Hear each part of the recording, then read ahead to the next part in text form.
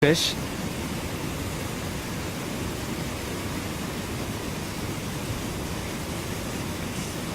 Three pounces in a row, and the third try is the charm. And even when he walks away, you know, out of the water, you can see the salmon just kind of scattering to get away from him. And again, this is a large adult male. We don't really know his identification. He could have been seen here in the past, and it's just one bear that I don't recognize off the top of my head. It could be a completely new bear to Brooks Falls, however. That does happen every so often. We do have bears move into new territory and make appearances here at the Brooks River previously unobserved. And you can see just how strong he is with his jaws. He just peels that skin away. He just pulled half the fish apart and is chewing it very easily. If you've ever tried to fillet a salmon, you know that their skin can be fairly tough and you need a sharp knife to cut through that, but the bears are so strong that it's very easy for them to pull the fish apart. And this bear in particular seems to have a few minor wounds on its face and a very beautiful shed pattern with the longer hair in the back sort of shedding out a little closer to the front. This time of year, bears are losing their thicker winter coats and they can come off in patches, looking a little bit disheveled. Definitely they change rapidly in appearance at this time of the year too, Andrew. From the late June until late July, sometimes they look like very different bears. Not only because of the weight gain, because they are shedding fur and growing in new fur coats. So some of those shed patterns that we get to know in late June, for instance, have disappeared by late July, and that can also be a way that we get confused on the identification of the animals from time to time. Absolutely.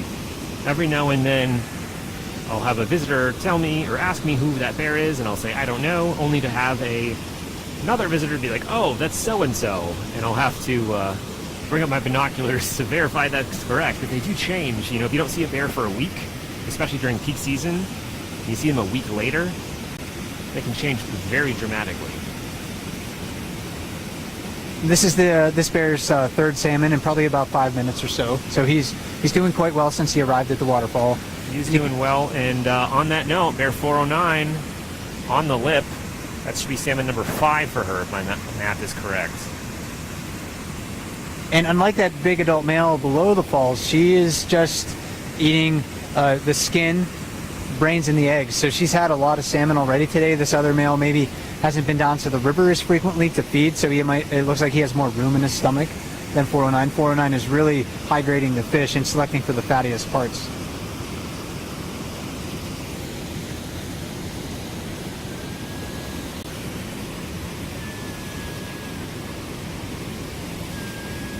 Well, we're focused on those two front bears.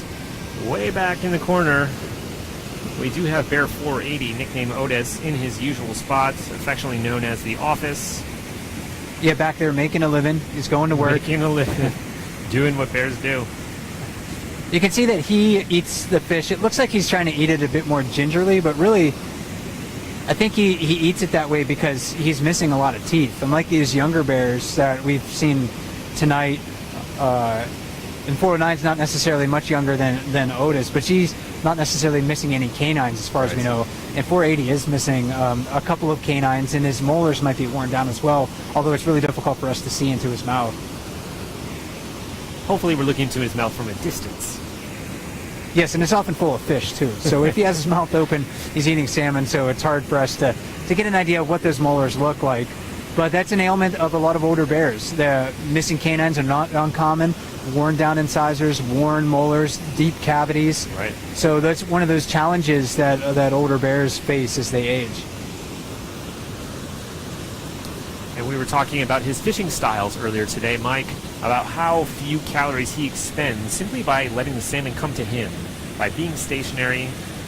Some people refer to him as a Zen master because he just sort of sits and looks very peaceful, but he is very contemplative, watching those salmon in the water, waiting for the right moment.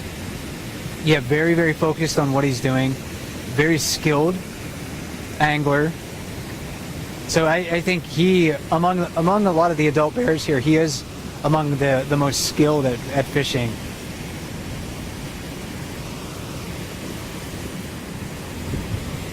There's an adult female that's coming down river right now, or to the river right now downstream of Otis.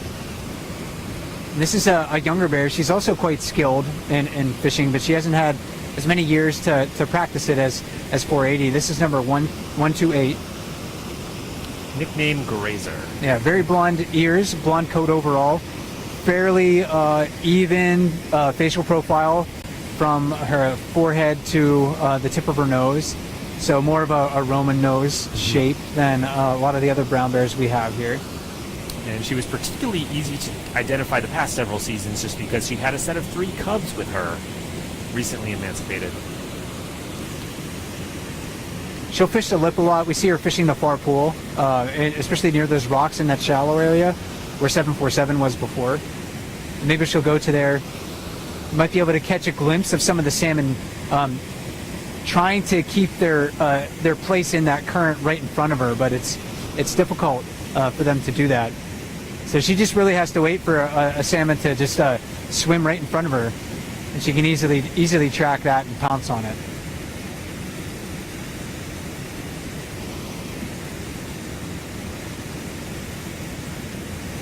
And these female bears, Andrew, are gaining weight not only to survive their own hibernation, but they may need fat, of course, to support their cubs coming up next year. Yes, so mating season with these bears is just sort of wrapping up now at the end of June, early July, and it's possible that they may be carrying fertilized eggs, and that egg will attach to the uterine wall later in the season, probably about November, and they may be with cubs in the den, giving birth early in the year, January or February, and then merging with cubs next year. So they would need that body fat stored up. And fatter females reproduce more frequently, and they have larger litters on average. So the caloric gains that they're making right now is important for their reproductive success. If they're not fat enough, they may not have a litter at all. And even we've seen very fat bears sometimes one year not come back the next with cubs. So they don't, just because they're single this summer isn't a guarantee. Even if they become fat, it's not a guarantee that they're going to come back with cubs next year. But it is more likely if they're very fat in the fall that they're going to have another litter next year. And 128 gets pretty big when she's a single bear like she is right this year. She gets pretty hefty in the fall, like 409, who's still fishing on the lip of the waterfall. And when I think of Bear 128, I just think of the word fierce. She, especially when she had cubs, was very territorial and seemed to express no real fear of those larger, more dominant males. She would chase them off with her cubs in tow nearby. Yeah, and that's definitely an example about how some adult females will attain a higher rank in the hierarchy. Yeah. Because they are so defensive with their offspring. It's interesting to see the behavioral differences versus whether they have no cubs, maybe first-year cubs, or older cubs. Last night, actually, we were watching 435 Holly come up with her 2 yearlings Getting to the very waterfall. close to the falls. Yeah, very close to the waterfall, and that's something that she doesn't do when she has spring cubs or first-year cubs. She normally sticks to the lower river as she did last year. 128, on the other hand, from her most recent and her only litter that we know of, she did come to the waterfall and fish with her young spring cubs. So it really does depend on the mother's choice. There's risk involved, but there's also really great reward because there is so much food here. Right. Food to be gained, higher chance of survival. And Bear 409, I'm losing track here. She's catching him so quickly. I believe that's probably number 6 or 7 for her. Yeah, and that's just during the broadcast here. She's probably had more earlier in the day, so almost guaranteed. Yeah, she's doing really well this evening. Again, just stripping the skin off. I'm going to take a look through my binoculars here and see if I can see if there's any roe in there that she's going to select for. Right now, she's still just eating the skin. Because the roe, the fish eggs, is an incredibly nutritious part of the fish. It's some of the fattiest parts. Significantly more nutritious than actual salmon flesh, pound for pound.